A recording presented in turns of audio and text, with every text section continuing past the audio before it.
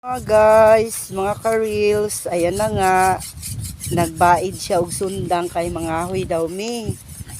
Ayan o, ang galing, may aso pa nakatingin. Yan. Yan si madam nyo. Yan ang atin ang lahat. Atin ang lahat. Ayan, ang ganda ng panahon dito sa amin, guys. Yan, dito kami sa kapitbahay namin, nanghiram kami ng sundang. Sa Bisaya, sundang. Sa Tagalog, Golok. gulok. Sa Bisaya, oloks.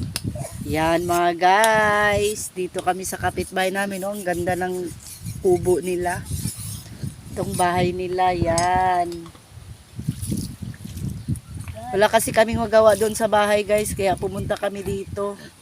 Kumuha kami ng kukuha kami ng ng mga kahoy.